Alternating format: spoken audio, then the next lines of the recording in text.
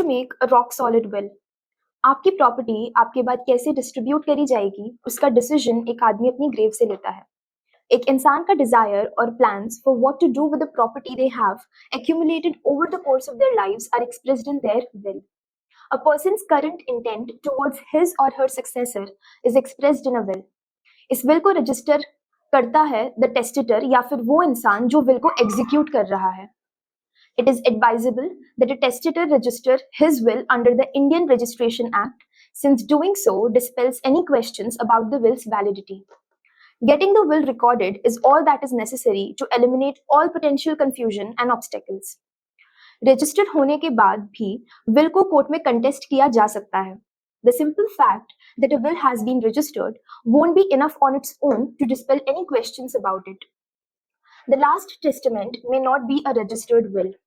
A newly created will take precedence over a registered will, even if it is unregistered. However, registration से ये साबित होता है कि सारी पार्टीज फिजिकली अपीयर हुई थी in front of the registering office और उन्होंने विल अटेस्ट भी की थी। The most common defenses used against wills are doubt, fraud, coercion, undue influence, and other technicalities involving witnesses and executors.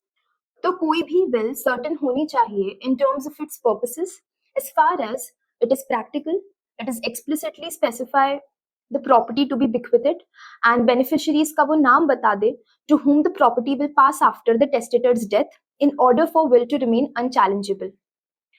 Will में use करी गई लैंग्वेज बहुत ही clear होनी चाहिए ताकि टेस्टेटर का जो इंटेंशन है वो विल की रीडिंग से ही समझ में आ जाए। अगर विल का होना किसी कंडीशन के ऊपर डिपेंडेंट है तो वो कंडीशन किसी भी वे में सब्जेक्टिव नहीं होनी चाहिए और ना वो इम्पॉसिबल या फिर किसी भी पब्लिक पॉलिसी के अगेंस्ट होनी चाहिए। A will that has been registered is kept in the registrar's secure custody and cannot be altered, lost, damaged or taken. Therefore, बहुत difficult हो जाता है to effectively contest a will on the basis of fraud, coercion or undue influence after it has been registered. So, according to the law, witnesses का present होना जरूरी है when will is getting registered.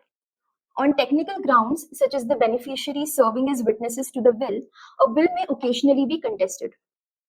It is crucial that neither of the two witnesses has any kind of interest in the testamentary document. ज्यादातर cases में executor किसी भरोसेमंद आदमी को बनाया जाता है, पर डेथ के बाद एग्जीक्यूटर की इंटीग्रिटी ही क्वेश्चन कर ली जाती है बेनिफिशियरीज से।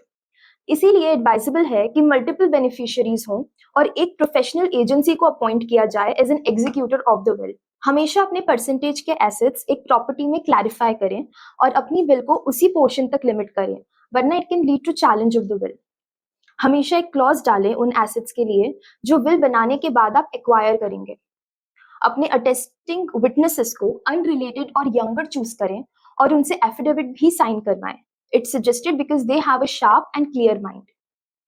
एक और अच्छा तरीका है इस पूरे प्रोसेस का एक वीडियो बनाना, और अगर आप किसी को अपनी विल से डिस्क्वालीफाई करना चाहते हैं तो उनका नाम भी मेंशन करें। हम उम्मीद करते हैं इस वीडियो से आपको थोड़ी क्लैरिटी मिल जाएगी और आप एक रॉक सॉलिड विल भी बना पाएंगे। एक ऐसी विल जो क्लैरिटी लाती है, आने वाले टाइम में आपकी फैमिली को यूनाइटेड रखने में हेल्प करती है। तो अपनी विल बनाने से पहले इस वीडियो को जरूर देखेगा और ऐसे ही कंटेंट को देखने के लिए फॉलो करते रहिए लॉ वाइज।